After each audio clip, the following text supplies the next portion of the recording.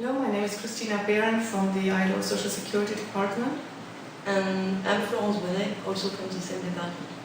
And we're both teaching a course which is called The Impact of Social Protection on Poverty Reduction, where we really teach a technique which is extremely helpful for you in monitoring social protection policies and planning social protection policies.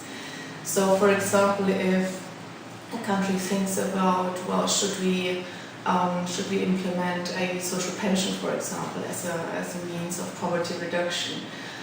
This is a very useful tool that lets you kind of see in advance, based on information that you have from survey data, from microdata, to see what would theoretically at least be the impact on the reduction of the poverty rate of the elderly, but also on what would be the impact on children, what would be the impact on the total population, what would be the impact of men and women.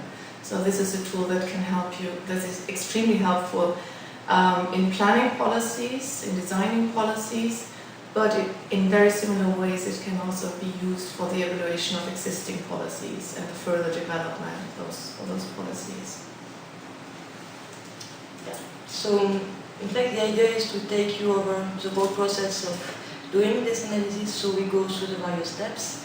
There are a series of steps. It can be as a rather technical course, but don't worry, it's not too complicated.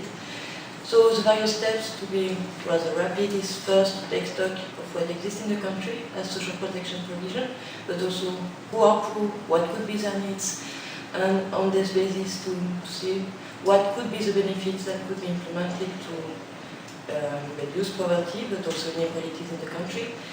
And we carry you through this process, illustrating this through an example. Well, this time it was Vietnam, but it could be other countries like Zambia, as far as data is available. So, in the end of the process, you will know, or you will see how parameters, by changing the kind of benefit, the level of benefit, or the target groups, what could be the effect and the various impacts on poverty reduction. And I think that's an extremely useful tool, especially in kind of national processes of how to design the extension of social protection programs. And because it really allows you to have a first assessment at the beginning, to use it as a basis for discussion, and to refine the assumptions as you go along and really come up with policies that are really kind of where you know that they're effective.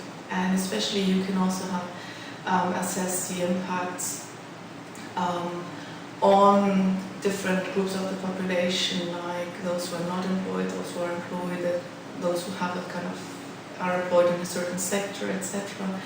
And it can also help you to analyze the interactions between different programs and make sure that you gradually build up a social protection system which really kind of covers everybody and does not leave anyone behind.